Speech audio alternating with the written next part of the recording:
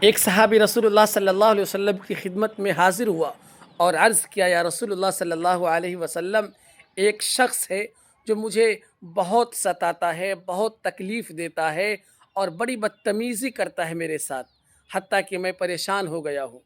رسول اکرم صلی اللہ علیہ وسلم نے اس صحابی سے ارشاد فرمایا، تم اسے معاف کر دو۔ وہ شخص، وہ صحابی معاف کر دیا۔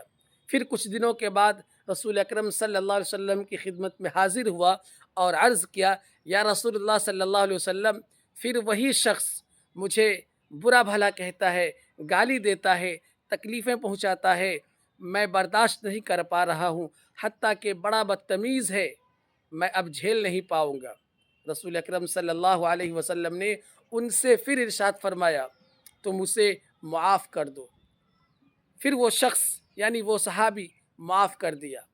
پھر کچھ دنوں کے بعد تیسری دفعہ رسول اکرم صلی اللہ علیہ وسلم کی خدمت میں حاضر ہوا اور عرض کیا، یا رسول اللہ صلی اللہ علیہ وسلم، وہی شخص جس نے مجھے 2 مرتبہ تکلیف پہنچائی ہے، اس مرتبہ تو حد پار ہی کر دیا ہے۔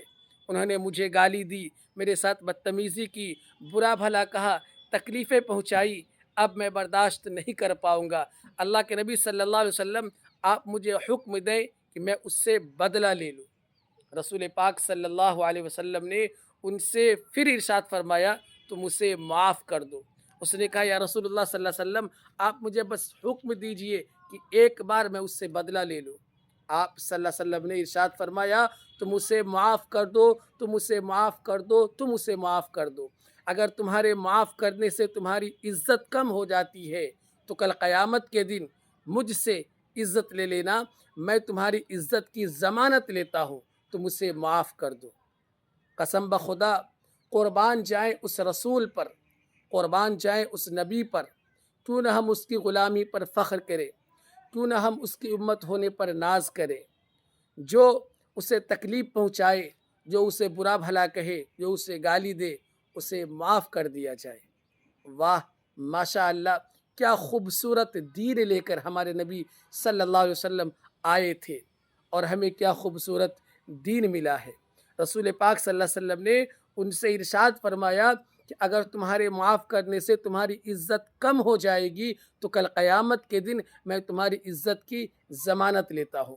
خود رسول پاک صلی اللہ علیہ وسلم کو طائف والوں نے مارا، پتھر سے مارا، لہو لہان کر دیا، مگر رسول پاک صلی اللہ علیہ وسلم نے ان تمام لوگوں کو معاف کر دیا۔